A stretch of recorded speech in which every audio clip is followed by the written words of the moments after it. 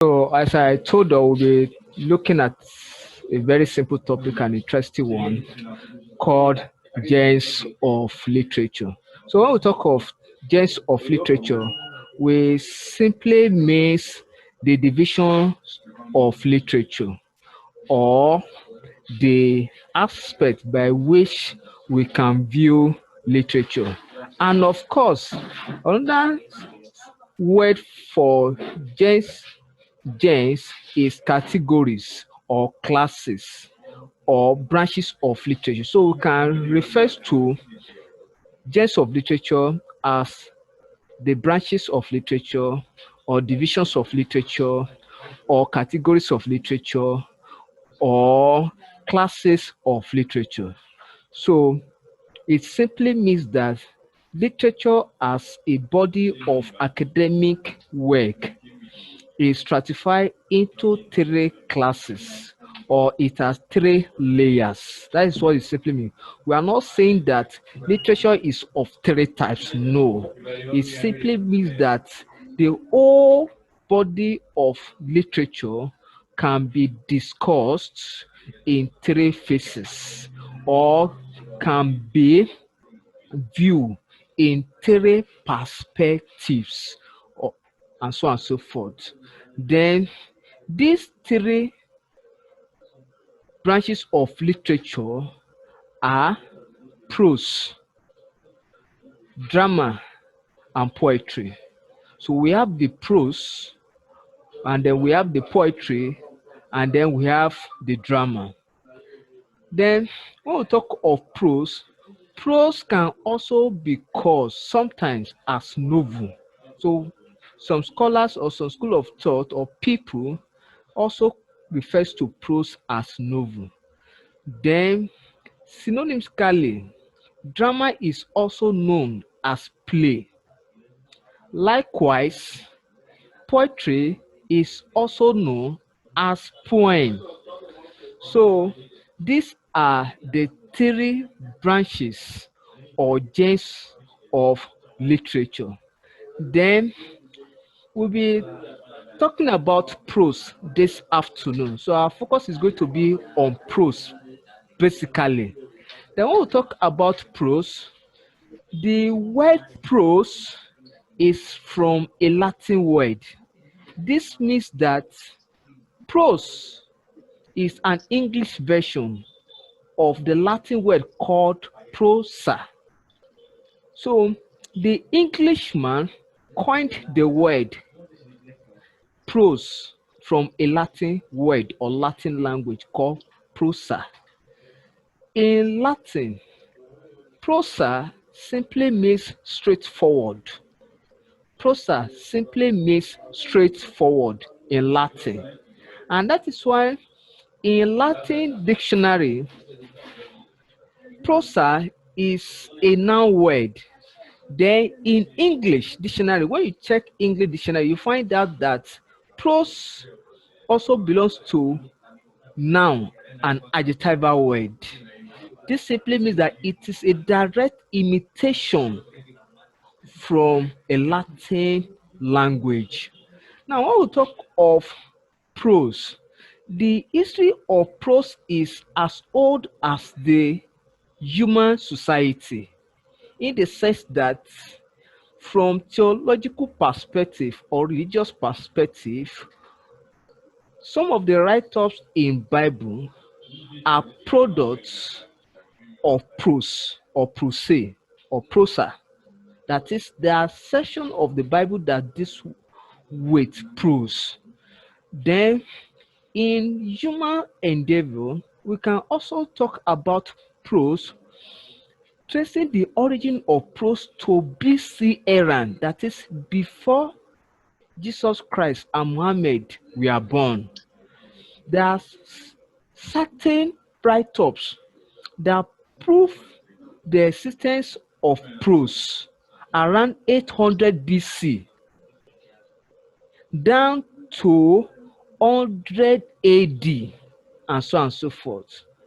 Then academically, prose came into study or academic discourse or academic discussion In 16th century, by the Germanic scholars, prose came into academic discourse or academic discussion in 16th century. That is about 500 years ago. That's about 500 years ago by Germanic scholars. Now, what eventually gave birth to prose as an aspect of literature was that the Germanic scholars having laid their hand on other two genres of literature called drama and poetry. Then it they became so boring to it because they are used to it. So it became boring to them. Drama and poetry became boring to them. So they now thought of other form of entertainment or other form of literature. So and that's what eventually academically led to design of prose or novel. And that is why they not look at another form of entertainment or any other form of literature that can give them layer or player is prose. And that's how prose came into discourse. Now when we talk of prose or novel or prose is a long narrative essay or long narrative writing or long narrative write-up that concerns itself with a particular subject matter or issue that affects human society. That is prose. So why do I say prose is a long narrative essay? Is because prose has strong affinity with essay writing. Now, for instance, all the write-ups in newspapers are product of essay writing. And essay writing is an aspect of novel or prose work. You get it? And that is why prose or novel is the only aspect of literature or branch of literature that has close affinity or close relationship with English. And that's why the term prose is applied to all forms of written or spoken expression which do not have a regular rhythmic pattern. What I'm saying here is that prose is quite different from drama and poetry. For instance, in poetry, we'll always talk about end rhyme or rhyme pattern. This idea is not applicable to prose or novel. So this particular point or aspect of prose mark prose unique. So prose has to do with a particular subject matter that talks about things that happen in human society. And of course, all artistic work of art teach moral lessons or didactic lessons. All right, prose can be subdivided into two classes. These two classes are called classification of prose. And that's why prose is divided into two. We have what we call fiction and we have non-fiction. So these are the two classification or categories by which we can divide the work or artistic work of art under prose into. This simply means that if we gather all books that belongs to the class of prose, we can either classify them as fiction or non-fiction. This means that if we gather all books that belongs to prose class, it's either some are fiction work of art and some are non-fiction work of art. That's what we are saying. So we can only have these two classes or these two aspects of prose. Now let's just talk about fiction. Now when we talk about fiction, fiction is not real. Fiction is derived from a Latin word called fictum. Fictum. Fictum means something that is not real, something that is abstract. You remember this idea in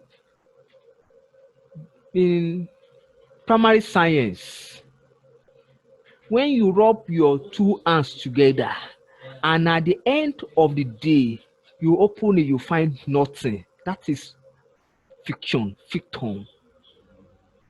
So what we are saying here about fiction work or fiction prose is that these are set of artistic work of art or books that deals with untrue stories or on real stories. That is, they are product of imagination. So when you rub your two hands at the end of the day, it's just a product of imagination. You get nothing. So fiction is a product of imagination. So when a particular writer or novelist sits at the corner of his or her library or study room and an idea strike his or her mind and he or she began to write or put pen to paper and the ideas flows out of imagination, then it is referred to as fiction work of art. That's why this is the term used for narrative writing drawn from the imagination of the writer rather than from history or facts. Now let me sound this. There is difference between history and story. Fiction deals with story, and all books under fiction are story based. They are not history. You want to talk of history. History has to do with true accounts, facts. That is what actually happened in real life environment or situation is what we call history, or what we refer to as history. What happened in the past, not the imagination of men and women. So there is difference between history and story. So fiction work has to do with story. And that's why when we talk about legend, folk tales, myths are all product of fiction. Remember in those days, remember very well that my grandpa will sit us down under the kumu in the night and began to tell us stories of how tortoise has sketches on our back. And with our myopic reasoning at that time, we believe the story. So these stories are coined out, and that's why we cannot trace the author or there is no authorship to these stories, because these stories are passed from one generation to the other. No source, no author, and so on and so forth. They are stories. That is how God created tortoise, right from day one. And that is story. So stories is under what we call fiction work of art or prose. The second aspect of prose is what we call non-fiction. Now, non-fiction is the direct opposite of fiction, and we have established that fiction has to do with untrue story or unreal story or imaginative story or imaginative account of a man or a particular writer.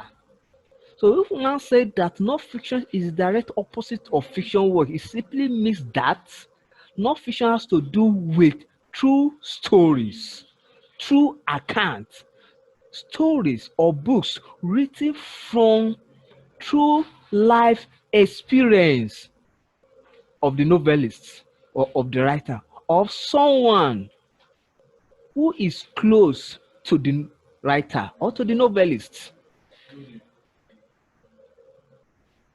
And that's why I want to talk about non-fiction. It has to do or concern itself with what factually happens in real life. That is what we call non-fiction. And that's why non-fiction has its own classes. Likewise, fiction has its own classes. Novel is a product of fiction work. Short story is a product of fiction work. When we talk of short story, mean story books by volume that range between page 1 to page 20. Books that our younger brothers and sisters read in their primary classes, that within an hour we can finish them when we lay our hand upon them. Most of these books take pictures. Most of the stories or message in these books are fiction. But the writer only sits down and write them or coin the idea and then writes and then publish them out. Then what? Novella is also a product of fiction work. By its volume, it is more voluminous than short story or short story. Then novel is more voluminous than novella. But when we talk of non-fiction, we only have two products of non-fiction work. Two products of what? Non-fiction work. We have what we call autobiography and what we have what we call biography. These are the two products of non-fiction. Stories or a life account written by the writer that tells about his own life story. You can see now that his own life story, maybe a novelist telling us about his own life story through literacy skill or through literacy method, is a product of non-fiction. Then when a particular writer or novelist is telling us about somebody else that he is a close associate to, then because he is writing about that fellow, because he is a close associate with that fellow, it tells us about everything that he or she knows there is a product of non-fiction. So non-fiction deals with true life accounts. Then let's go to features of prose. Now we have sentence. As I told us that prose is quite different from drama and poetry. In writing poetry, poetry does not follow the order of grammar or the order of English. And you agree with me that every poet has what we call poetic license. So this permits a poet to use words, language, the way he or she pleases, or that is of interest to him or her. But to a novelist who want to write prose or novel, he or she must write in good sentence, and every expression therein must be grammatical.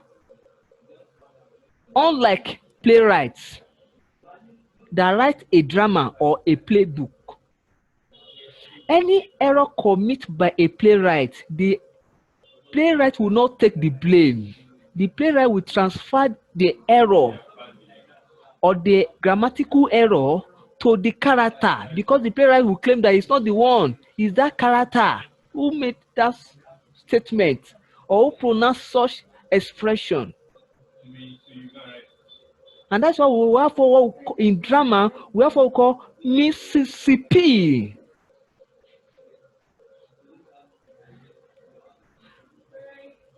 So prose are written in good sentence, and as a matter of fact, it must be written in good grammar, in good expression. The novelist or the writer must respect all the rules that govern grammar, that govern good expression. Then paragraph. As the writer or the novelist writes, he or she must control paragraphs. And in school of writing, a paragraph must express one point. So it would be a poor novelist or a poor writer to love two ideas in a particular paragraph. The idioms and proverbs are very important features of prose. Idioms and proverbs makes our work rich. Take our work from baby writer to a mature writer, because both idioms and proverbs are pregnant in nature, and that's why in Igbo idiom, they believe that proverbs are way or means by which words are eaten.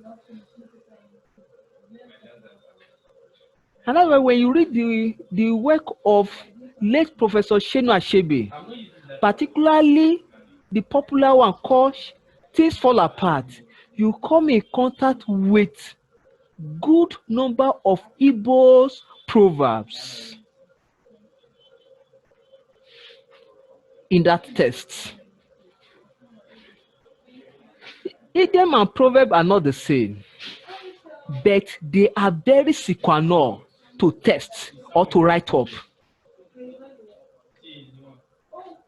Then we also have narrative technique. Narrative technique is the same as narrative methods. So in prose writing or in all the three aspects of literature, narrative techniques or methods are very important, are very sequential, are very particular that writers must use, because this allows reader to discuss, to critically examine the write-up and consider the styles used by a particular writer. That's why in the exam, Or for example, suppose they will ask you at time in Y, Connect or NAPTEP, they will ask that, okay, discuss the style used by the writer or techniques used by the writer. It is a deliberate art that writer must put into cognizance in the course of writing their texts or writing tests or writing books. It's a deliberate art. So techniques or method or narrative techniques are not used by accident by writers. They are purposefully used. So let us look at the last topic I want us to talk about this afternoon, called narrative techniques. So I'm going to talk about three narrative techniques.